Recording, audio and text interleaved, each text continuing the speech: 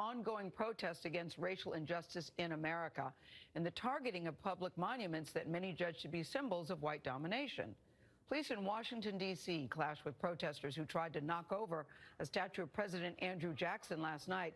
Jackson has been criticized by protesters for his role in slavery and the removal of Native Americans from their land. Kris Van Cleave is outside Lafayette Square near the White House, where the statue, for now, still stands. Kris, what do you see today?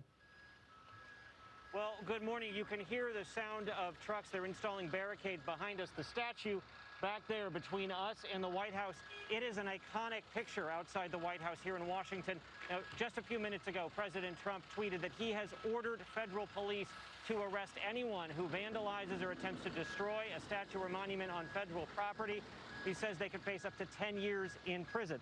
Now, the unrest began here yesterday afternoon, and it was a marked change from the protests we've seen in recent weeks here in D.C. Protesters broke through a fence surrounding the statue of President Andrew Jackson, who was a slave owner, and attempted to pull it down using ropes. Officers swarmed the area. There are reports they tried to clear the crowd with pepper spray and used a bicycle barricade to push protesters back. A witness tells CBS News she saw rubber bullets being fired. Several demonstrators tried to set up barriers outside the White House and declared what they called the Black House Autonomous Zone.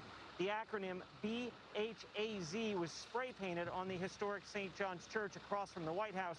It's an apparent reference to a similar space in Seattle that President Trump railed against in his Tulsa speech. Again, the president said vandals could face up to 10 years in prison under the 2003 Veterans Memorial Preservation Act. It's not immediately clear how many people were arrested here. We can tell you that Andrew Jackson has a complicated history. On one hand, he's a war hero from the War of 1812. He's on the $20 bill, and his portrait hangs in the Oval Office. And the other, Gail, as you said, he's been criticized for his handling of Native Americans and was a slave owner. Guys? Kris, thank you.